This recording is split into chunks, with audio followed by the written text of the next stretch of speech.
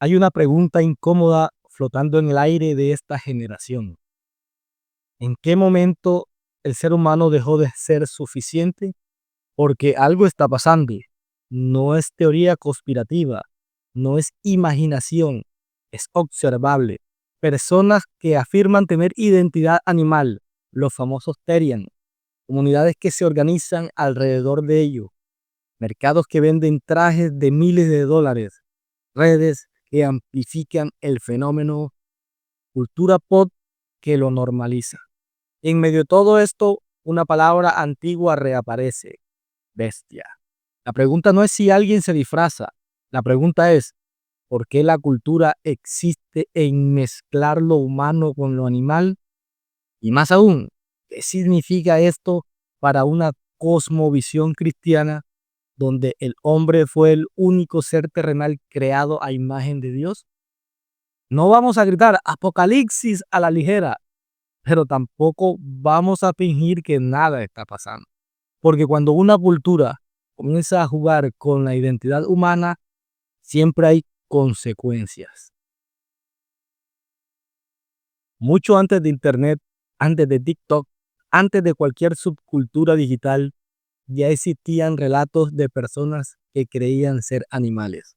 Y no eran campesinos, eran reyes. El caso más famoso es el de Nabucodonosor II, un gobernante poderoso, un imperio bajo su mando, un hombre que lo tenía todo, hasta que perdió la razón.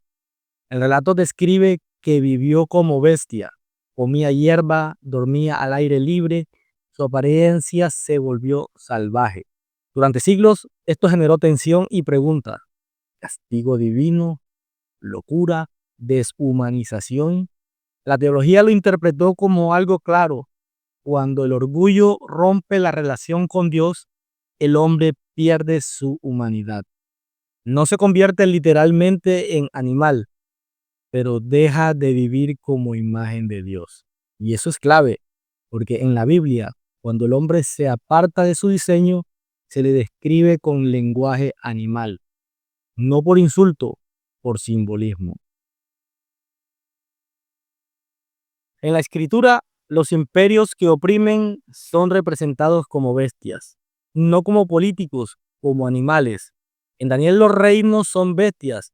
En Apocalipsis el sistema opresivo es una bestia. La palabra griega usada es terion, animal salvaje, criatura irracional. El punto no es zoológico, es teológico. Cuando el poder pierde su referencia a Dios, se vuelve bestial. Cuando el hombre pierde su identidad en Dios, se deshumaniza. No deja de ser humano biológicamente, pero deja de reflejar la imagen divina.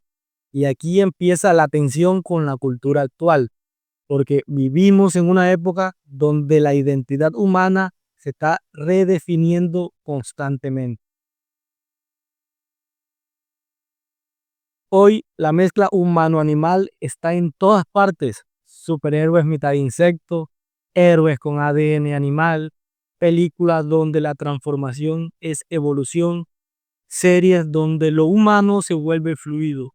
Y luego está el mundo real, comunidades que se identifican como animales, personas que adoptan comportamientos simbólicos, grupos que construyen identidad alrededor de ellos. ¿Es lo mismo que los relatos bíblicos? No necesariamente, pero el símbolo se repite.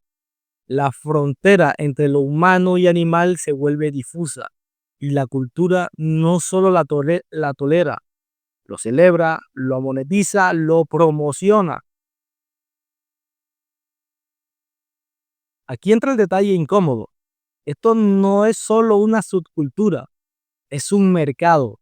Trajes personalizados que cuestan miles, accesorios, eventos, comunidades de consumo, plataformas de comercio global, venden estos productos masivamente. Fabricantes especializados hacen encargos a medida. Hay listas de espera, hay negocios. La pregunta no es si alguien puede comprar un disfraz. La pregunta es: ¿qué ocurre cuando la identidad se vuelve producto? Porque cuando algo genera dinero, deja de ser marginal, se vuelve industria. y la industria nunca pierde la oportunidad de crecer. No aseguro que las empresas estén diseñando identidades, pero sí las están capitalizando. Y cuando hay capital, hay expansión. Aquí entramos en terreno delicado. No se trata de decir que hay un partido político organizando esto. No hay evidencia de eso, pero sí hay algo evidente. Las discusiones sobre identidad generan poder cultural. Cuando más confusa es la identidad humana, más se polariza la sociedad. Y la polarización moviliza. Sectores progresistas tienden a defender la ampliación de identidades, sectores conservadores tienden a resistirlo. El resultado, debate constante, atención constante, movilización constante. En la economía de la atención eso es oro puro. No hace falta un plan maestro, basta con un ecosistema donde la cultura genera símbolos, Internet genera comunidades, el mercado genera productos, la política genera discurso y todo se retroalimenta. Vivimos en la era de la tecnología, la era del conocimiento, la era del progreso y aún así una parte de la cultura está fascinada con ser animal. Irónico, ¿no? La civilización más tecnológica de la historia y el debate gira en torno de la identidad más básica. ¿Qué significa ser humano? Hemos llegado a Marte, pero no sabemos qué somos. Tenemos inteligencia artificial, pero crisis de identidad. Podemos editar genes, pero no definimos la naturaleza humana.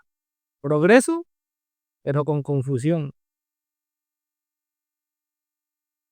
Aquí entra la teología, no como grito alarmista, sino como fundamento. La Biblia presenta al ser humano como portador de la imagen de Dios. Eso significa dignidad, conciencia moral, responsabilidad, capacidad de relación con Dios. Cuando esa imagen se distorsiona, la escritura usa el lenguaje de bestias, no para insultar, para describir. El hombre sin referencia a Dios se vuelve dominado por instinto, por poder, por orgullo. La bestia en Apocalipsis no es un zoológico, es un sistema deshumanizado. En Apocalipsis 13 aparece la palabra Therion. No vamos a decir que se refiere a subculturas modernas, sería un poco irresponsable, pero sí podemos hacer una pregunta. ¿Por qué la Biblia usa la imagen de la bestia para describir un sistema que borra la identidad humana bajo Dios? La bestia en Apocalipsis representa poder que exige lealtad total, un sistema que redefine el ser humano, una estructura que absorbe identidad. No es literal zoología, es simbología espiritual. Y la pregunta para hoy es incómoda. ¿Qué pasa cuando una cultura comienza a jugar con la identidad humana misma? Disfrazarse de animal no es nuevo. Carnavales, fiestas, rituales han existido por siglos. Hoy para algunos la máscara se vuelve identidad. Y cuando la identidad se vuelve flexible hasta el punto de negar la naturaleza humana, la teología levanta una ceja. No para perseguir personas, para hacer preguntas. Porque la fe cristiana no dice que el hombre es cualquier cosa, dice que es imagen de Dios. Y eso no es negociable. Aquí está la pregunta incómoda. ¿Qué ocurre cuando una sociedad pierde claridad sobre lo que es el ser humano? No estamos hablando de personas individuales, estamos hablando de tendencias culturales. Cuando la identidad se vuelve completamente moldeable, todo se vuelve moldeable. Lo moral, verdad, naturaleza, realidad. Y cuando todo es moldeable, el poder decide la forma. Por eso la Biblia asocia a la bestia con sistemas de poder, no porque la gente se disfrace, sino porque la identidad se redefine desde el poder, no desde Dios. La cultura actual dice, sé lo que quieras hacer. La Biblia dice, recuerda quién fuiste creado para ser. Uno ofrece libertad sin diseño, la otra ofrece identidad con propósito. Y aquí está la ironía. En nombre de la libertad, muchos terminan más confundidos que nunca. La generación que rechaza toda definición vive obsesionada con definirse. La generación que niega la naturaleza vive redefiniéndola. La generación que dice que todo es fluido vive buscando identidad. No se trata de burlarse de personas, se trata de entender símbolos. A lo largo de la historia, cuando el hombre pierde su referencia a Dios, la cultura usa imágenes de bestias. Reyes que se comportan como animales, imperios descritos como bestias, sistemas que deshumanizan. Hoy la pregunta vuelve, no desde la profecía directa, sino desde la cultura. ¿Qué significa ser humano? ¿Somos simplemente biología moldeable, identidad cambiante, construcción social o somos algo más? La fe cristiana sostiene que el ser humano es imagen de Dios y cuando esa imagen se olvida, la confusión entra. No afirmamos que cada fenómeno cultural sea cumplimiento profético, pero sí podemos decir algo. Cuando una cultura comienza a jugar con la definición misma de lo humano, es momento de prestar atención.